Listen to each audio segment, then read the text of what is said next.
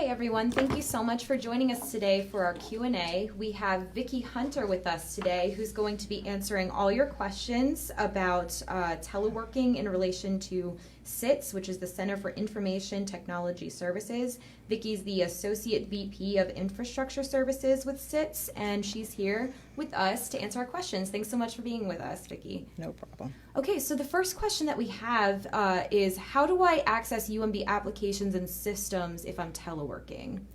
So many of the applications are web-based. So long as you have access to a web browser and the internet, you should be able to fill out your timesheet, get to the Office 365 portal, which is where the Microsoft collaborative suite of products are located. You should be able to get to the Blackboard learning systems. So all those are listed out on the CITS website. So pretty much if you are able to get to a web browser, many of the various applications are web-based. If for some reason you have an application that is not web-based, hopefully your IT support staff has given you some instructions on how to remotely get to those particular applications. Okay, and I have another question. What do I do if I need to purchase additional software or equipment in order to do my job at home? Will I have to pay out of pocket, or will UMB cover the cost for that? So the university has many software licenses agreements already in place. So if you are finding that you need some particular software, again, I would reach out to your IT support person.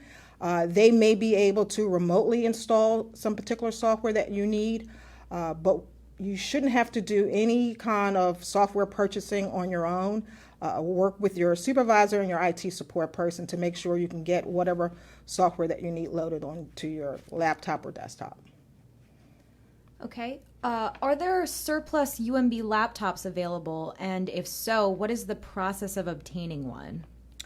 So depending on where you are, there are some schools as well as central IT. If you need basically a computer to do your job, reach out to your supervisor, and they in turn will reach out to the IT support person to make sure that you have access to a computer to be able to do your telework from home. Okay, I have another question. What if an employee's home computer operating system and internet capabilities is out of date? So I'll take it in two parts. So for your internet access, you're probably going to have to reach out to your internet service provider. You should, if you're able to, I guess, say for instance, stream movies or things of that nature, then your internet access is working. So that's not an issue. But if you have an old machine at home that you're trying to use for university work and your operating system is outdated, I would recommend that you contact your IT support person because, again, we may be able to assist you in getting that operating system updated. So, again, I wouldn't go out and buying anything. Talk to your supervisor and your IT support person. Okay, next question. How long will UMB be able to realistically continue episodic telework to this scale? We have no way of knowing when this pandemic will end. Are we prepared for the long haul? So that's a difficult question to answer. We have a lot of people working on this, trying to get their hands around it. As you are probably aware, the situation is changing daily, hourly. So as much information as we're receiving, we're trying to make informed decisions. Again, hopefully we'll get this all behind us sooner rather than later, but none of us have the definite answer of when this is going to end. We're just trying to collaborate, come up with ideas of ways that we can continue to keep the operations of the campus moving forward, continuing to service the community, as well as keeping our faculty, staff, and students safe in the process. Okay, have another question. There are a lot of systems out there to host virtual meetings like WebEx, Skype for Business, Microsoft Teams, Blackboard. What does CITS recommend as the best system to use? So with all of those systems, they're all supported by CITS. The goal was to be able to have flexibility and options. Some people are more familiar with one versus the other. For instance, WebEx is, most people are used to using it for video conferencing, audio conferencing, but you can also use Skype to do the same function. Teams also has that capability. It really depends on what you're trying to use it for. With Skype and Teams, they have instant messaging. I know within my group, we tend to use that a lot, where you kind of just have a brief conversation with somebody through instant messaging. But again, it really depends on what you're trying to do.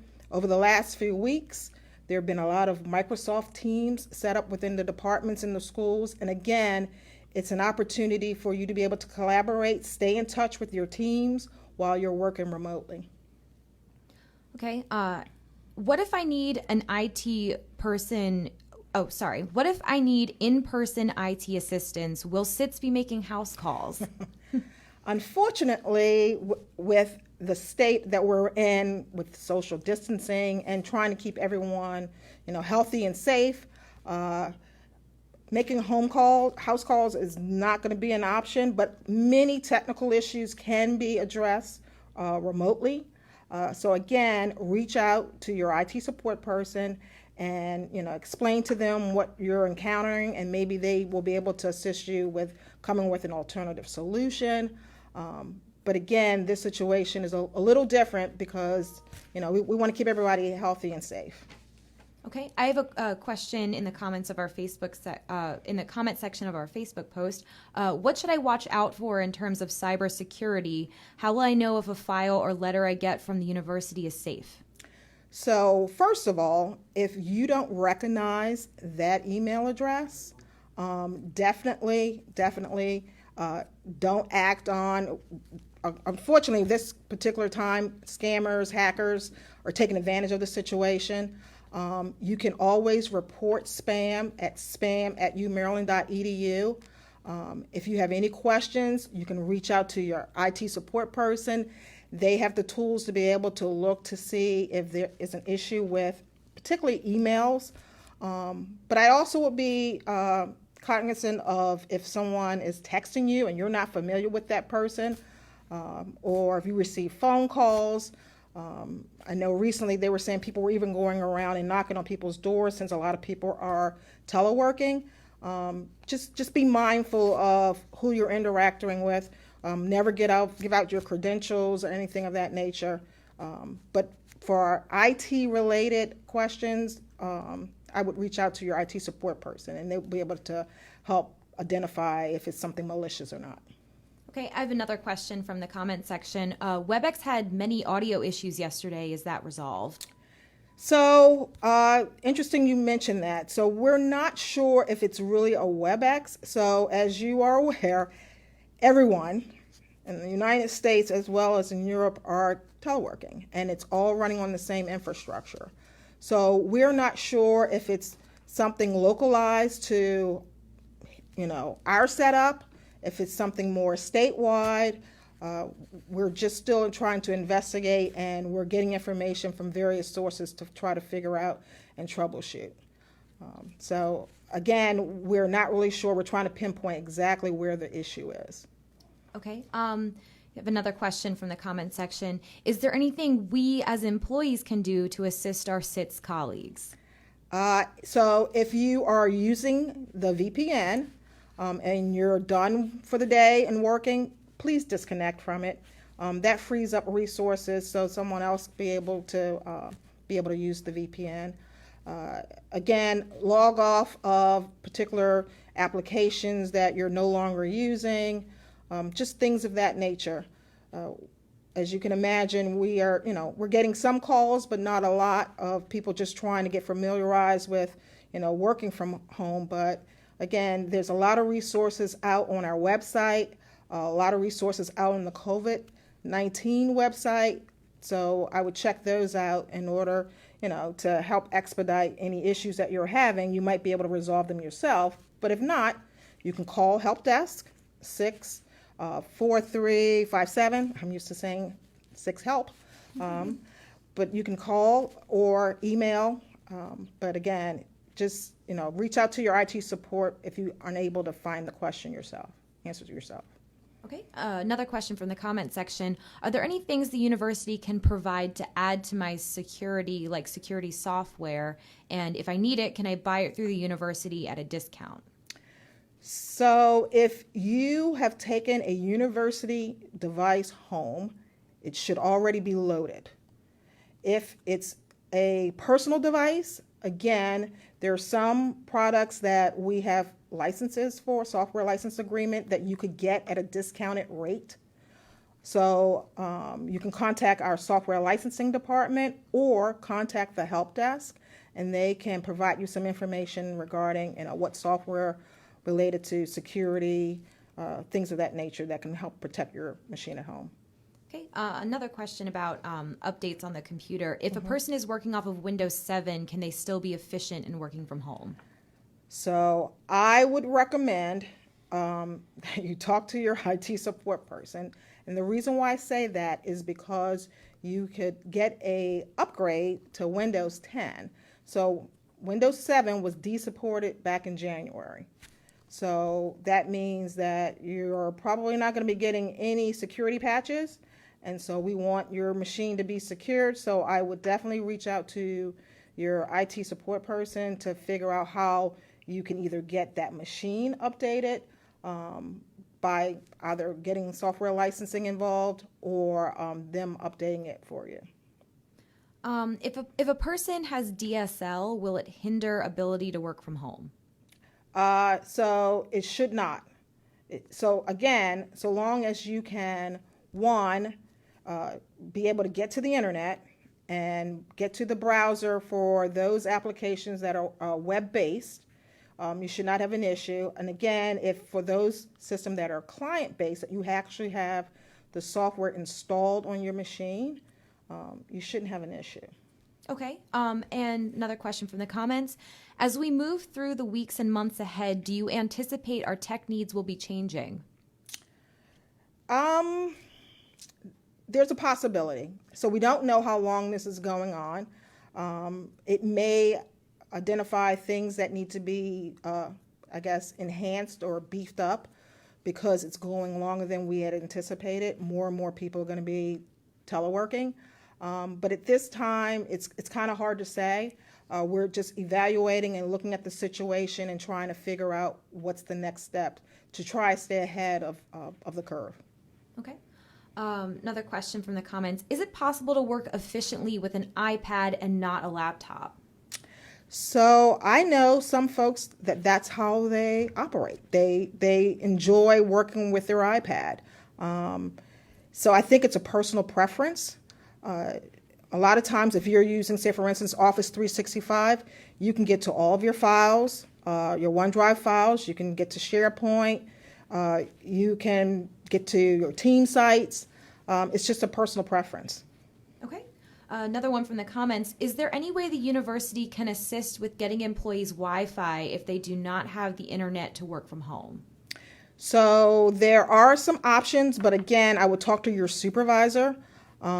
They are recommending that either don't use the public Wi-Fi if you can avoid that at all costs because it's unsecure. And again, spammers, hackers are out there trying to steal your information. So I would look to talk to your supervisor. Potentially there are mobile hotspots. They call them jetpacks. Maybe that's an option. And again, if you're going to use Wi-Fi, a public Wi-Fi, then you should be using a VPN. Again, so that traffic is secured. Okay, kind of a silly question. How do I keep the cat from crawling on the keyboard? Maybe putting some treats someplace and enticing them, or maybe getting a feather and chasing around on a long stick, and maybe that'll distract them. What sort of coronavirus scams and phishing attempts are out there, and how do I avoid them? So we have some of that information on the CITS website as well as the COVID-19 website. As I mentioned before, some people are sending emails and trying to entice you to click on some links. Again, that's a no-no. We have people who are texting and saying, oh, I have all this information for you. If you're interested, text 1. And again, you didn't solicit that. It's unsolicited texting. Don't respond. You may have people calling your house, as I'm sure we're all getting a bunch of robocalls. Again, don't respond. And if you get any emails, report them to spam@umaryland.edu. Another question. Can I save university information to my personal device if that's what I'm using to telework? So we would recommend, and we strongly, strongly, strongly encourage you to use OneDrive or SharePoint. It's secure. You will be able to then access those files when you are back to work, but we are not recommending people to store university data on their personal devices. Okay, I have another question from the comment section. What is CITS doing to assist the departments that have new laptops that need to be set up for use during this telework period? So for those that are getting new laptops, we actually have imaging software that I know the computer support team and central IT are expecting a delivery of laptops in a couple of days, and that's what they're going to be using to image those devices so that people will be able to use them as necessary. Okay. Another question from the comments. I'm worried about privacy. If I use the VPN for work, will the university have access to my personal computer? No. So what we're trying to do is prevent malicious attacks to getting your data. And hackers can be pretty clever. But if you're on your home network, that's different. But if you're out using a public Wi-Fi, which probably most of us will not be out in the public based on latest developments, but I do know that some of the vendors, Comcast, Infinity, they're offering Wi-Fi services. Just be mindful that if you're using those services, they've kind of lessen some of the security features in order to push it out to the masses, and that's why we're recommending you use the VPN. Okay. Another question. Why do I need a Duo account if I'm using my personal device? So a Duo account, again, is a security mechanism that it's considered a two-factor. It's a second factor for authentication. If by chance your password was compromised, they would need that second factor in order to prevent them from being able to access your data. So it's just another layer of security that only that the hacker wouldn't have access to, and to prevent them from getting to your data. Okay. Another question from the comments. Are actions being taken within CITS to make sure that the CITS staffers themselves are not overwhelmed during these times? So we are rotating as we need to on site. So most people are teleworking, but we are have short staff that's on site, and some of the other departments within CIT are on site. We're trying to do the best that we can, but again, the audience would be helpful if you use some of the resources that we have out on the COVID-19 website and the CITS website to do some preliminary investigating, just to kind of minimize some of the calls and the questions that come in. Okay. But we are here to support, folks if they have IT issues. Another question. What are the best ways for instructors to continue to conduct classes if we can't meet in person? Are there best practices for students and instructors to connect virtually? So I do know some of the faculty are using Collaborate, and that's because they're familiar with Blackboard. So I do know that some of them are communicating content with their students via that mechanism. I would strongly encourage them to work with each other across schools, gain ideas from each other, not reinvent the wheel, to kind of figure out what's working, what's not working for some other schools. It's a challenging time for everyone, and so I think it's going to be helpful if we can all just, bounce off ideas, share ideas, and collaborate where we can. Okay, I have another question from the comments related to WebEx. I have an older laptop with little RAM. Running WebEx can be difficult. Is there a way that employees will have access to more appropriate hardware? So is that from that question, was that a university device or was that a home device? I think, I'm not sure. They didn't specify, so maybe Yeah. answer both. Yeah, so for a university device, typically what we're doing, we're looking at when we purchase a device, we're looking at the technical specs to identify, based on the software that we know we're going to have to load on there to make sure that it can accommodate based on performance. For a home machine, that's a little tricky. So I would recommend that you kind of have a conversation with your IT person. They may be able to help you identify certain processes that you could, suspend, turn off, that might give you a little boost in performance. Okay. Another question from the comments. My kids use a laptop, husband uses a desktop, and I'm on an iPad. Can having everyone using their device at the same time slow my Wi-Fi connection down significantly? So it depends on your plan at home, and that varies. So I can tell you from my own personal experience, I have not had that issue, but it depends on what data plan or what Wi-Fi internet access plan you have set up. But there could be a performance hit depending on what you have set up. So I would contact your ISP or your internet service provider. Going back real quick to that WebEx question about having more appropriate hardware, she said it was for a home device. Yeah, so I would definitely talk to your IT support person. They may be able to kind of give you some guidance or some things that you can turn off just to kind of get you through this time so that it can perform a little bit better. Mm-hmm. Okay, and then another question. Could we access Adobe remotely? So Adobe remotely, I guess I'm not particularly sure when you say Adobe, what are you referring to from a software perspective? I guess accessing the software from their remote devices. Because you should be, anything that you were doing here, you should be, and if it was web-based, you should be able to access it at home. Okay. Let's see. Another question from the comments. I do use my mobile hotspot when I need to get online for personal reasons, but I do not always, but it is not always reliable because it can be weak at times depending on how much data I'm using. Can you recommend another solution? And not knowing cell phone plans, you could also use your cell phone as a hotspot. Again, it depends on the data plan that you have. So I would recommend that you contact your phone carrier, or if that's not an option, again, talk to your IT support person and your supervisor, and maybe there's an alternative solution that you could put into place. Okay. Let's see. Am I required to install a specific antivirus software if I'm working on my home computer?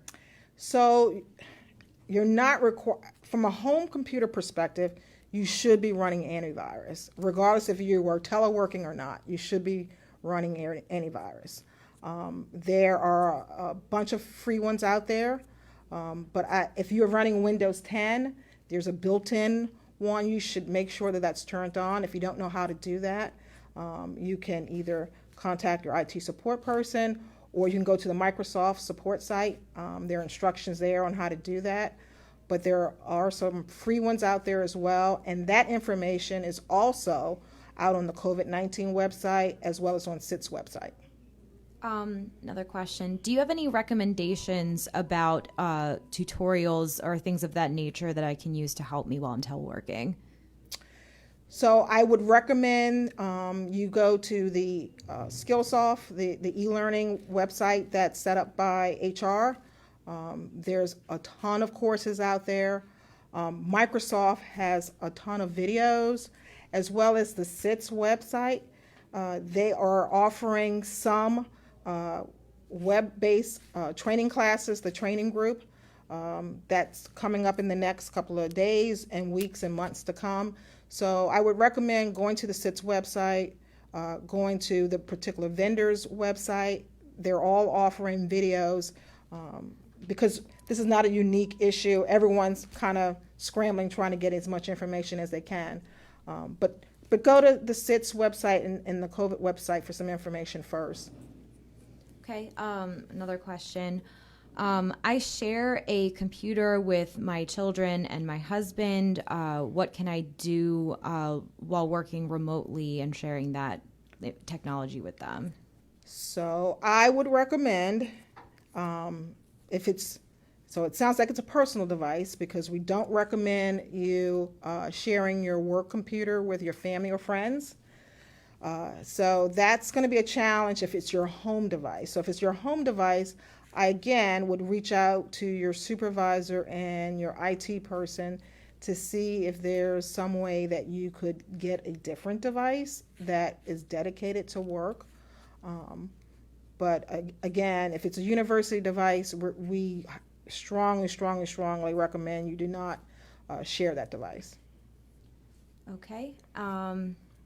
And looks like we've run the gamut on questions that we have at this point. Do you have any last recommendations or things that you want people to know in regard to teleworking and CITS at home? Again, I would just stress for people to have patience. It's a trying time for everyone. Leadership, the community, we're all in this together, and we're trying to get through this with as little pain as possible. But it's uncharted territory. So again, collaborate, communicate, and be safe. All right, Vicky Hunter, Associate VP of Infrastructure Services. Thank you so much for joining us today, answering all of our questions. And for all of you still watching, thanks so much for being with us. We will have another Q&A at some point in the future with a different topic for questions, so keep them coming.